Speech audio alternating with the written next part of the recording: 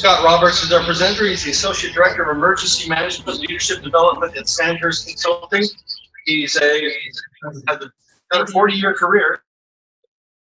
Anyway, Scott has and continues to facilitate emergency management and leadership instruction across Canada and the United States. Scott has facilitated instruction for many hundred government and private sector employees and executive leaders.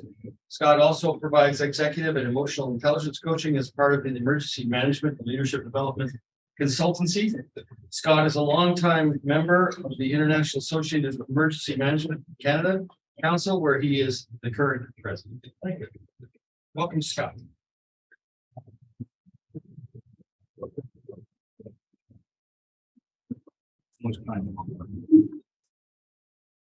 Merci beaucoup, Brian. Mesdames et messieurs, bonjour.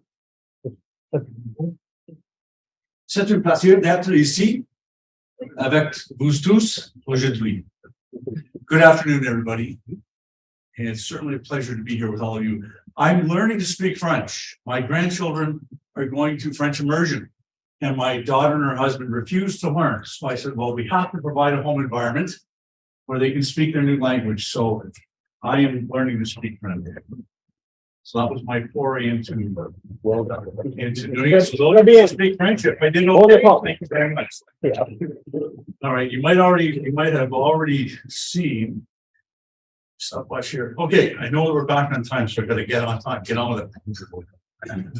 You might have already seen that I like to have a bit of fun, and so I believe that when we smile and have a good disposition when we're listening and learning, that we listen and learn better. So I might introduce some humor, and it might only be funny to me, but oh well. Okay, so beginning.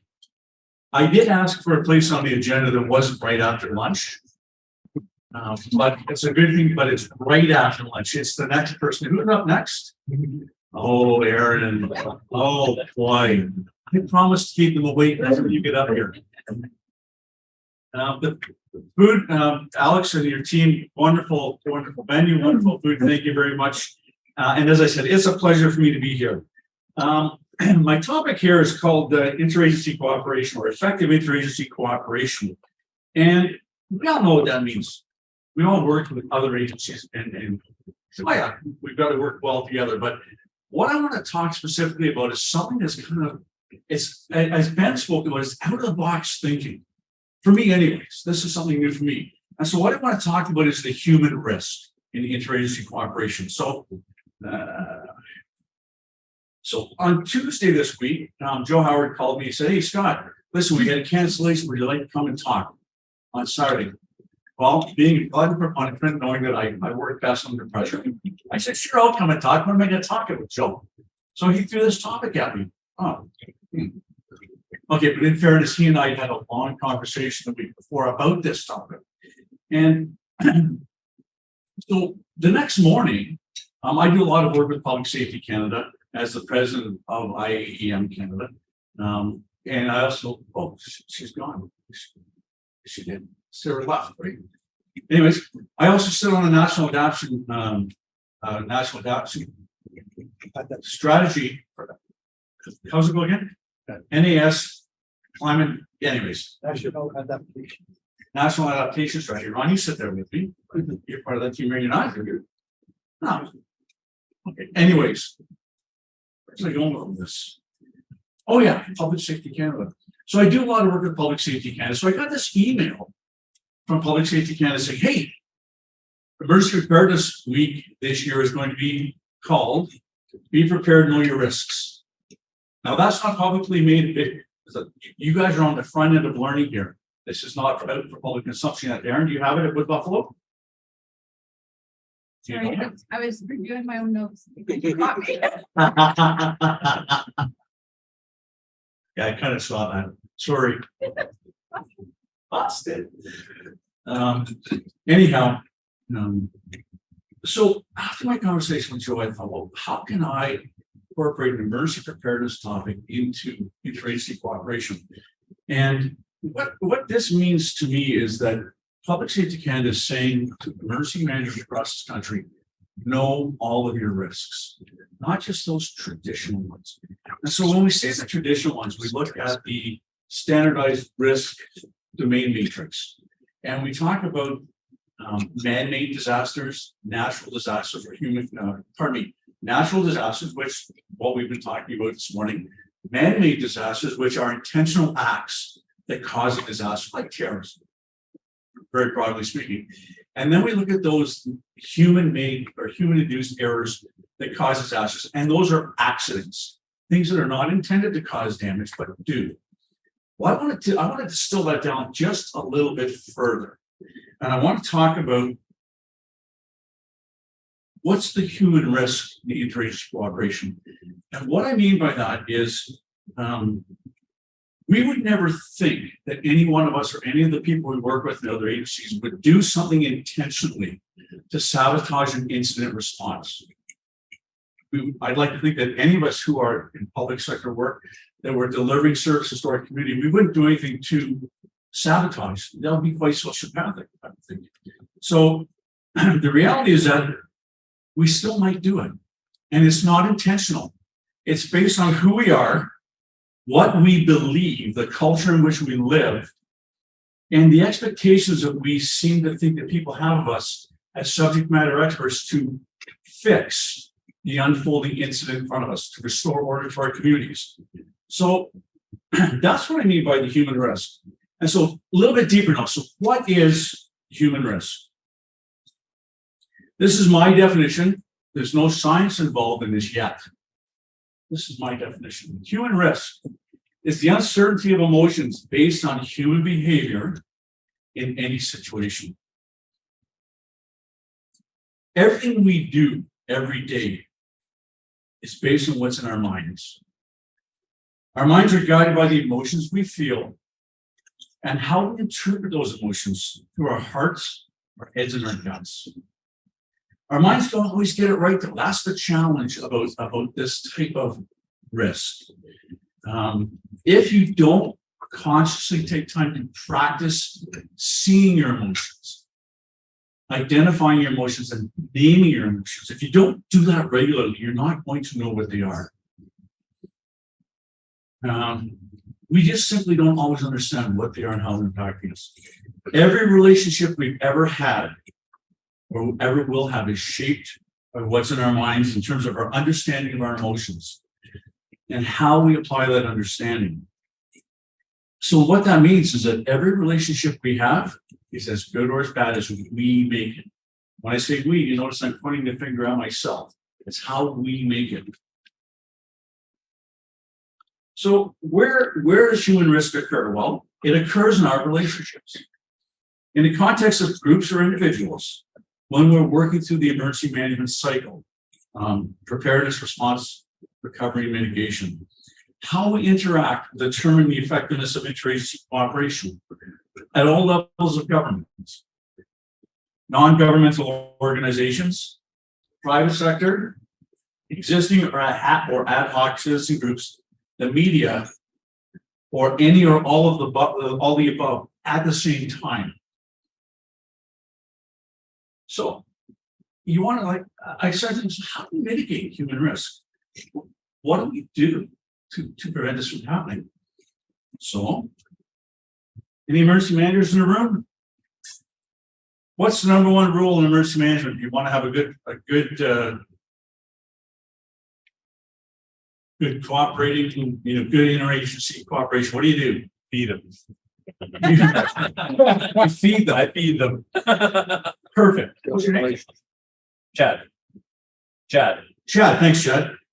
So here I have on the slide Ted Lasso. Any Ted Lasso fans in the room?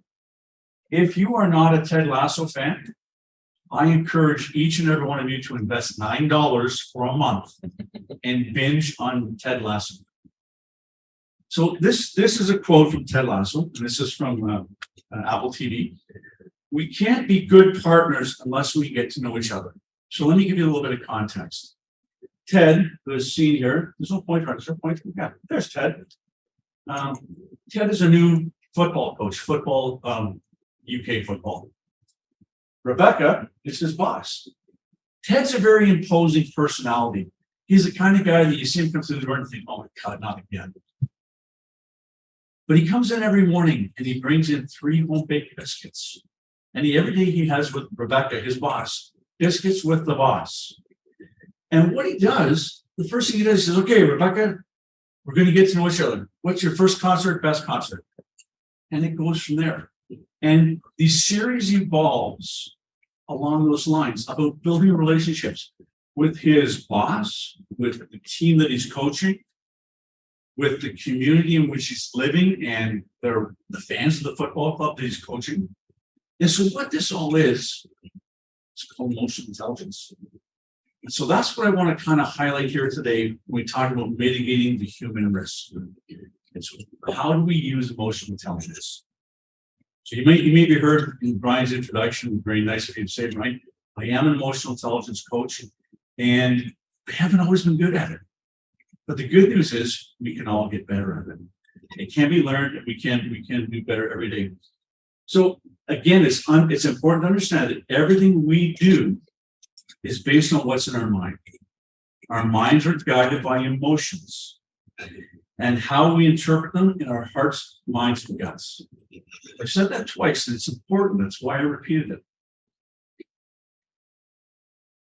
In this model that's presented here, this is a Canadian model, by the way. This was developed in Toronto at the University of Toronto by a PhD by the name of Dr. Ruben Baron. This is an internationally accepted model, is probably the most effective and efficient model for assessing emotional intelligence. There is one other model out there that comes out of the US. And again, this is emotional intelligence, which is EQ, not IQ. They are 2 different things. I want to look at 2 domains or 2 composites. This model has 5 composites and 15 scales to measure competency in emotional intelligence. And I want to look at two of the composites. Sorry, just to make sure I'm watching my time. This will bear back on time. So interpersonal composite, and can you see this over there? Can you read behind me? No? Okay, so let me just read it to you quickly. Like Ron, I don't like to read for adults, but because you can't see it. The interpersonal composite includes subscales which measure your ability to develop and maintain relationships based on trust and compassion. And we heard that already from a couple of people this morning. We talked about trust. Articulate an understanding of another's perspective and act responsibly, showing concern for others, your team, your greater community and organization. And in this composite, there are 3 scales: interpersonal relationships, social responsibility, and empathy. Interpersonal relationships is the skill of developing and maintaining mutually satisfying relationships that are characterized by trust, there it is again, and compassion. The person who is strong in interpersonal relationships will be able to establish mutually satisfying relationships that involve give and take of affection and intimacy, and maintain those relationships over a long period of time. The next scale is social responsibility. And this person engages in willingly contributing to society. It probably describes all of us in this room. Generally to the welfare of others. Think about the last time you did some things for yourself. We're always serving others. That's the nature of this business. This capacity involves acting responsibly, having social consciousness and showing concern for the greater community. In this scale, this person is likely to be more cooperative, likely to contribute to the group while being responsible and independent. Empathy. We heard about empathy this morning from Ben. And this person recognizes and understands how other people feel, and they're able to articulate an understanding of another's perspective and behaving in a way that respects others' feelings. There was a question, and I apologize, I don't recall what the question was about empathy this morning. Is that person still here? Read that comment? If you don't mind, what was it your comment? Because I had a thought, and I want to make sure I get my thought correct. Okay, I'm sorry to put you on the spot. The thought I had was, go ahead, Ron. If I may, what it was, correct me if I'm wrong, that empathy doesn't, with your permission, what I heard was empathy on a regular basis up front doesn't always work because there are some people that abuse it, and then the result is individuals. That's correct. Yeah, it becomes false after a while. Becomes false and condescending, I believe is what you said. And so, and again, I may not have all the words correct. Okay, that's fine, and I may have added that in my own head. Because, and we also talked about biases and perceptions earlier too. When other people speak, I automatically, or we all automatically add words of interpretation to what's being said. So those words came into my head. But the point I want to make about empathy is, ladies and gentlemen, it's not always done well. And if we don't practice it, and if we're not genuine and authentic with it, we won't do it well. And again, this is a skill, it's a competency that you have to practice. And so when you are practicing, when you're doing it well, it doesn't come across as false. Go ahead, sir. So I have to be working with somebody, it's trained in endorsement, but she's not operating with endorsement for it fully management. And she's constantly throwing out messages of how much she loves us and all this type of stuff. But after the first, month, you can't take anything for it. You don't see the work of it. So without going into a lot of detail, I'm going down this rabbit hole with you, and I'd be happy to go down the rabbit hole with you at any time you'd like. Empathy is about talking, it's not about me and how I feel. It's about you and how you feel. And in a given set of circumstances, it's your explanation to me of something that's happening in your life. And my response to you is, that must be hard for you, or that must be easy for you, or that must be insert an adverb, right? But it's about you and your reaction to the circumstances that are presented. That's what empathy involves. It's not about me.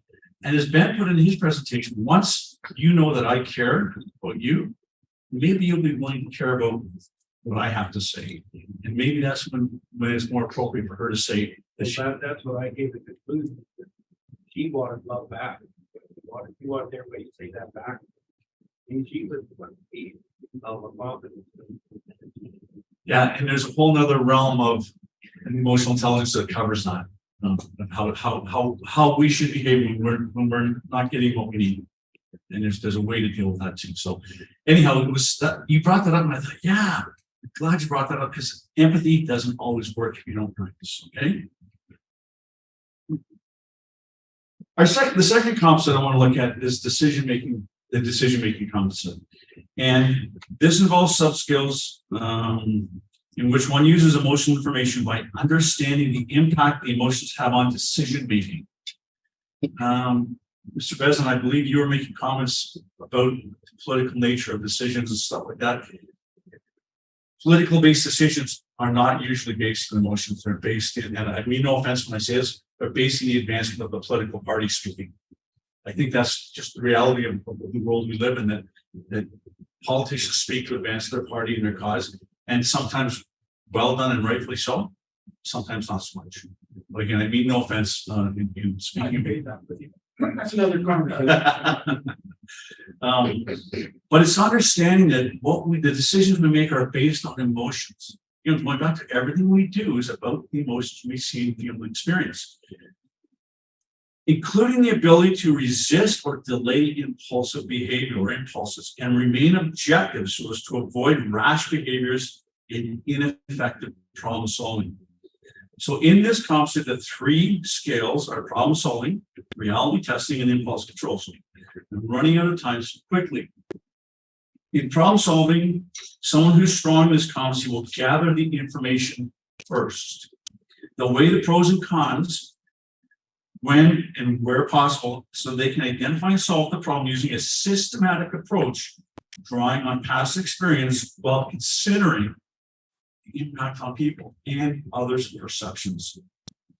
In reality testing, this person is strong when they accurately read a situation using a scientific approach, and then again checking their perception with others or validating their perceptions, how they feel. How are we doing, Rudy? Oh, you're doing good. Okay, Nothing to do with you. Giving me time, sir. Nope. And then lastly, impulse control. This person is patient, cautious. They take time to make decisions when they can. And that's important because when we're talking about emergency management, we don't always have the time and we have to make decisions, and sometimes we get them wrong. When we have time, we can make better decisions. This person remains calm and they approach issues without being explosive or reactive. I can't speak for any of you, but I can tell you as a father, being grandfather, I've been prone to being reactive a lot of times, especially when my daughter came home from somebody they didn't like, whatever that reason was. So we take all of that now, take all that emotional intelligence, and then we have to develop with our interagency cooperation. We have to develop a commitment to relationships. And so what that means is it's about early and regular meetings to get to know each other, as Ted Lasso says. It's about eliminating competition. This isn't about advancing anybody, it's about advancing the greater good and responding to the greater good. Understanding of each other's organizational capacities and limitations and our priorities, because they're all different. If I represent the federal government, I want to advance the federal government's cause. If you represent a small community or a private entity, you're going to want to advance that organization that you're with. So we have to understand what our capacities, limitations, and priorities are. We have to have clear communications plans. And Ben spoke about this, about having great plans to deliver your communications internally to your agencies that are involved, but also outwardly facing to your communities. How are you going to do that? That's why we hire people like Ben Morgan. We have to have a dispute resolution process because we're not going to agree. And sometimes we just have to make a decision. So we've got to have a dispute resolution process. Folks, you've got to be honest about your competence. We are not good at everything. And sometimes we have to put our hand up and say, I'm good at this. Maybe Ron, I know you're great in this field. Can you take over for me? Or can you represent the agency in this regard? And it removes, what was that dreaded word I heard earlier this morning? Ego. When we look at competence, it tends to remove ego. And then lastly, our commitment to leadership involves deciding who, when, where, how, and why a person will be established as a leader. So within a commitment to leadership, the science is clear. And this is science. This is Dr. Baron and his team at the University of Toronto. It is clear that individuals who score high on emotional intelligence testing, who display a greater degree of competence across all 15 subscales, are the best leaders. They're the most effective leaders. We see this in the most successful CEOs. They're not tyrants. They're good emotional intelligence leaders. The good news, as I said earlier, emotional intelligence can be learned as long as it's practiced. And you think about it, you have to give some attention. Can we remove the human risk altogether? So this is an image from Microsoft. This is promoting OpenAI. Artificial intelligence. Is that the way of the future? That removed the human element in interagency cooperation. Let me give you an anecdotal response to that. My colleagues and I at Sandhurst Consulting used OpenAI, ChatGPT, to look at a scenario that we use for an exercise simulation. And we took all the problems that we had identified as part of our exercise simulation and fed them into OpenAI. And OpenAI did a better job of creating objectives that we wanted to achieve than the humans did. OpenAI also prioritized it much better once we put in the data to say where priorities should lie. Is that the future? Probably. I think from that perspective, maybe I'm glad I'm towards the end of my career instead of the beginning, because it just takes away the thought process for me. That's what scares me about this stuff, is we don't bring emotions into the mix when we have OpenAI. Maybe that's good, maybe it's not. I don't know. But in conclusion, human risk can never be entirely mitigated. We can manage it effectively. And that's how we do that by developing great relationships with each other, being honest and forthright, having hard conversations, respectfully and honestly. Effective interagency cooperation is possible if we understand what it takes and are committed to get there. And from my experience, after 23 episodes of Ted Lasso, he's a great example of emotional intelligence in action. That's all I have for you folks. Hopefully you found some value in it. Hopefully I gave you something to think about. I don't have the answers, but hopefully you do. And somewhere down the road, our paths will cross and share thoughts, come up with some solutions. Thank you for your time and attention. I'm happy to answer any questions you might have. Feeling intelligent? Oh, they're intelligent. They're just not emotional. We clapped. What more do you want? I am here to serve you, sir. Would you say your full name, Scott? Scott Roberts. R-O-B-E-R. And I'm not in the program.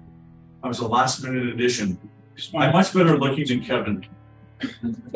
For what it matters. Okay. Thank you very much. It's good. It's good.